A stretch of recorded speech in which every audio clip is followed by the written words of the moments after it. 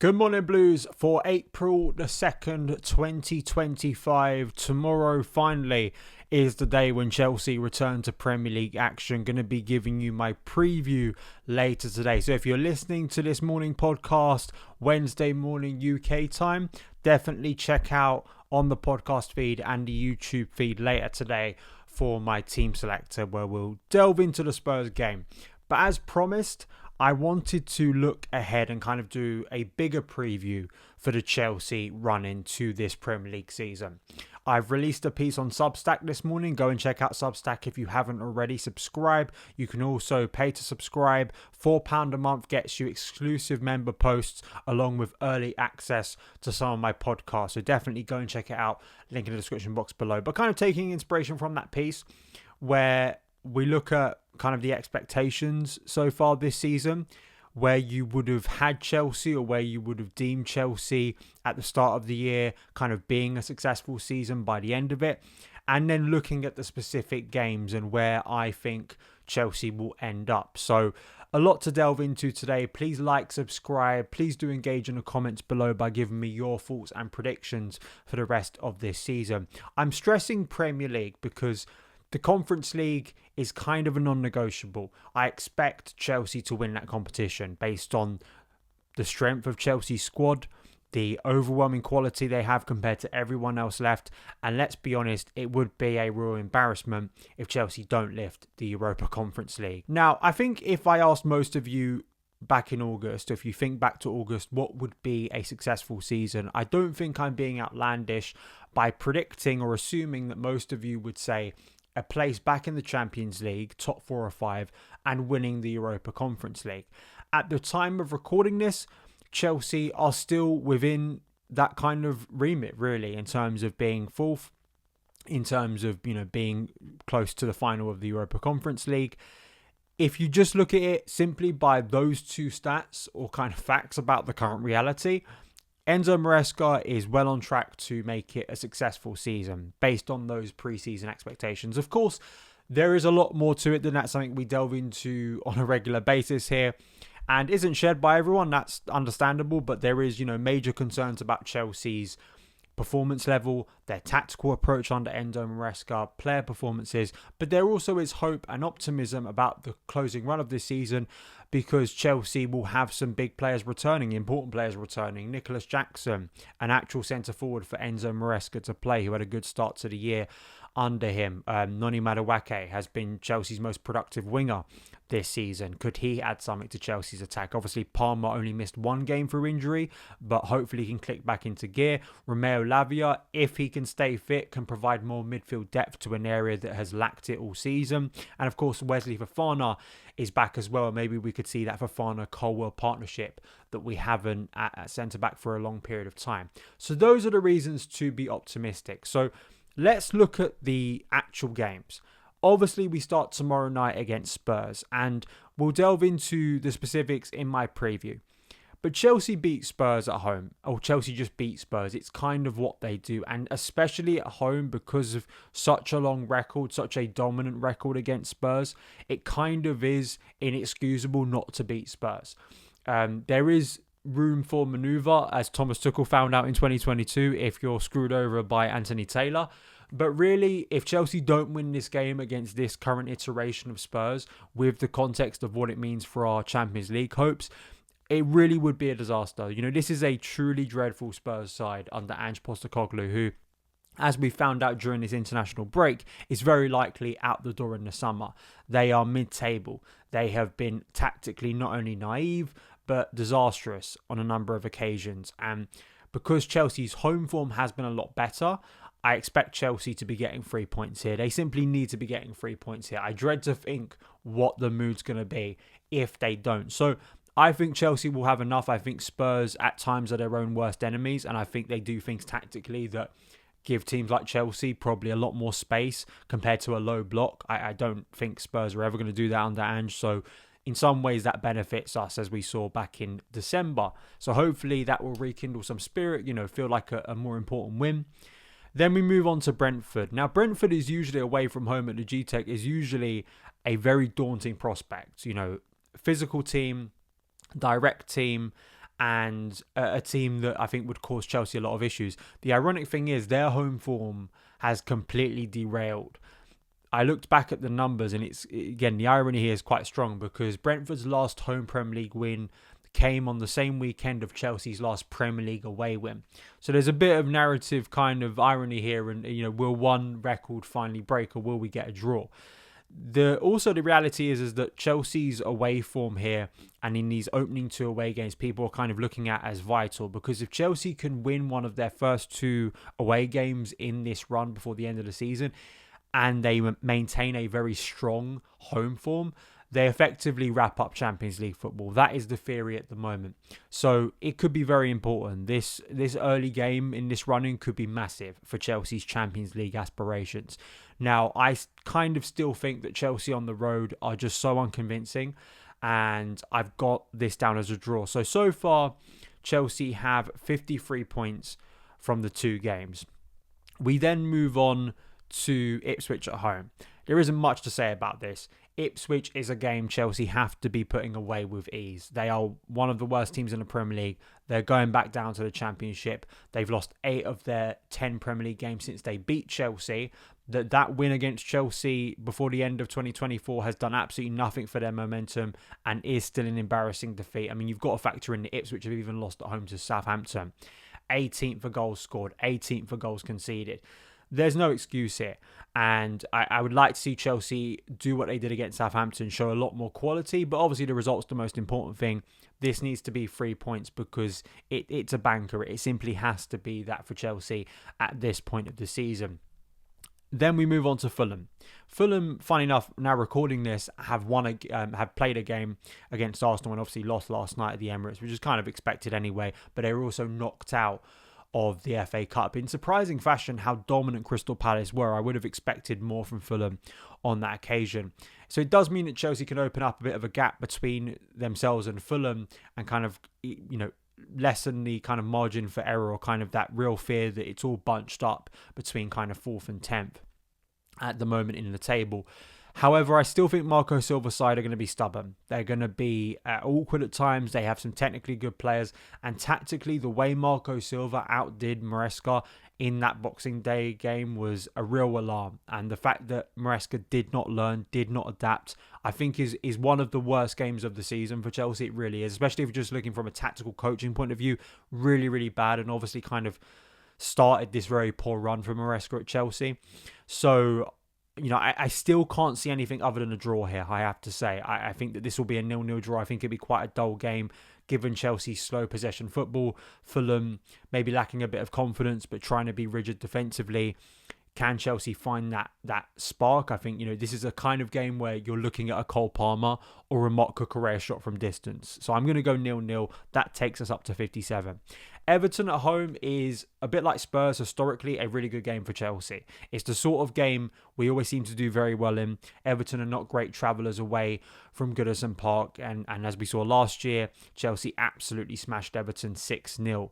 A Sean Dyche Everton 6-0. So it was a glorious day. Now, obviously, under David Moyes, they've become a little bit more stubborn. A lot of draws within that run. So I think this is going to be one of those that you mark out as a low block at the Bridge game, where Enzo Maresca's side are going to have to find ways to break down Everton. I still think Chelsea will have enough to get the job done, but I don't think it's going to be a breeze, a walk in the park. I think it's going to be awkward. I think it's going to be frustrating. So I've gone 1-0 here. I think it will take Chelsea up to 60 points, and it will be an important win.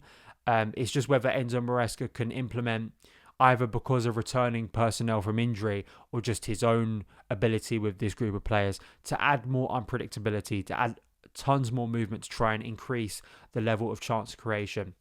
What I don't want to hear at the end of this kind of game in a couple of weeks' time is if Chelsea have failed to score and drop points that could be crucial in the Champions League race, is everyone turns around and starts moaning at Everton for turning up to the Bridge and being defensive. Let's call it ahead of time. We know what a team like Everton are going to do at the Bridge. It's on you as the superior team with supposedly superior players to find a way around that and win the game. I'm not expecting a 5-0 win, but I'm expecting the 3 points. It needs to be 3 points. Again, we're talking about that home-away form. The home form kind of has to be immaculate for Chelsea to secure Champions League qualification if their away form is not going to drastically improve.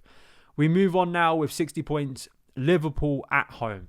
This is a weird one because it's against the best team in the Premier League. It's against elite opposition, which at the current time I think is a problem for Chelsea. We saw this against Arsenal. We've seen this many times. Chelsea do not beat the best teams at the moment. They just don't. It hasn't happened for a long period of time. I think the record is about 26 games. I think it might be up to 27 if you don't include the Man United win last year. But against the elite, Chelsea have failed to turn up. Now, the slight twist in this is Liverpool could very well be the champions of England and have sealed the title and maybe have taken their foot off the gas psychologically by the time they arrive on the 4th of May to Stamford Bridge. That will be the hope of Enzo Maresca. I also think it limits that kind of nightmare scenario of them being able to win the title at Stamford Bridge. That's something I truly don't want to see, which is still a possibility. So then that would, I guess, change the intensity. One of the things I'll say about this is, right, I do think these games matter because I think for Enzo Maresca to get people to buy into him and his project and his style of football more, he needs to show against a higher calibre of opposition, the best calibre of opposition in the Premier League this season, that Chelsea can bloody the nose of better teams. They can go toe-to-toe. Not right now in the league, but on a one-on-one occasion, we can do enough that shows this team is going to be good enough in the future. That's why I think these games are important.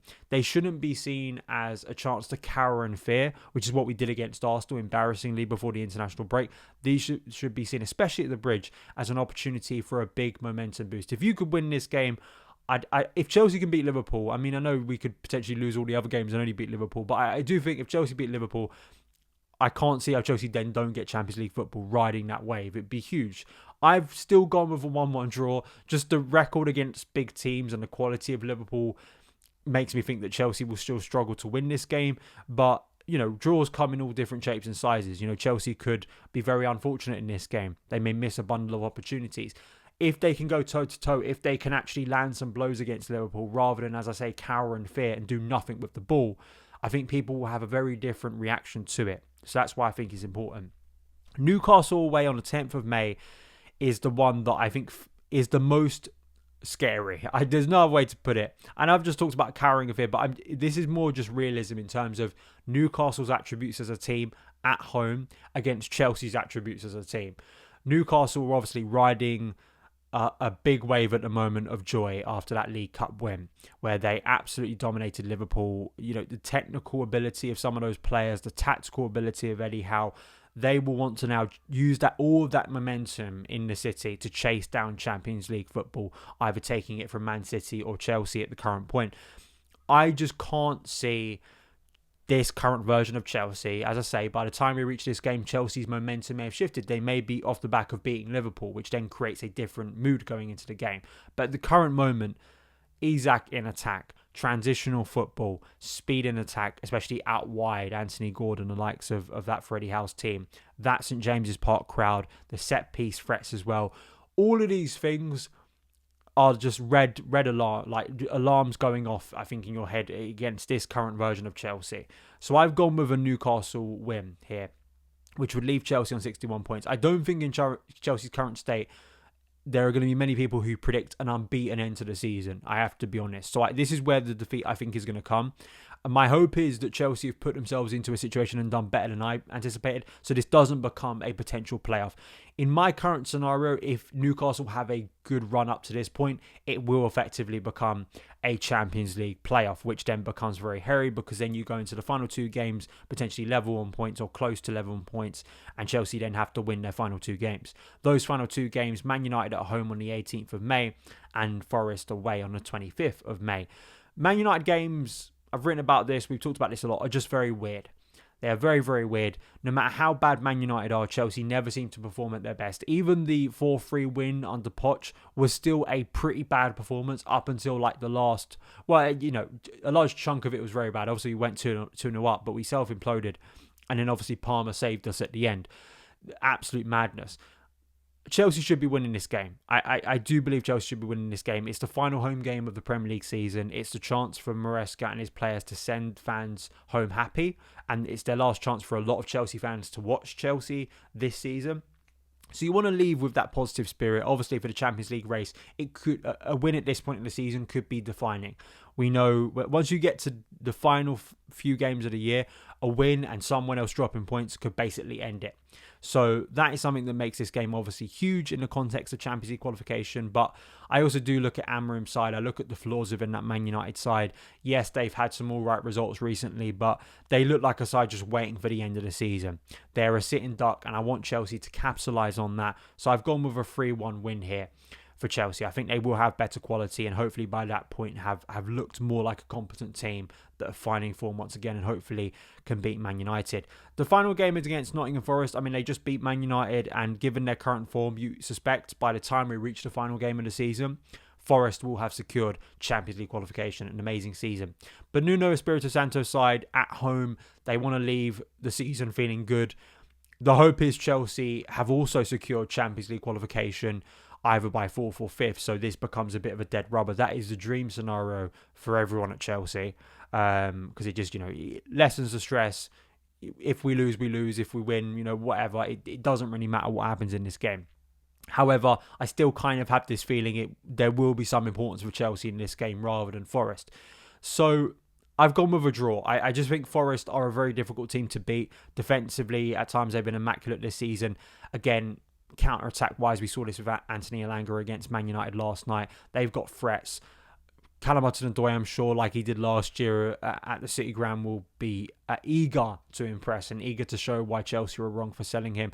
So I just kind of think, again, whenever Chelsea come up against a good team, a good performing team, I think your mind instantly looks at other games recently and thinks, it's unlikely Chelsea win this game. It's not impossible, but it's unlikely. So I have ended with 65 points. That is the way I've ended with this prediction. I'm not sure whether that gets Chelsea Champions League football.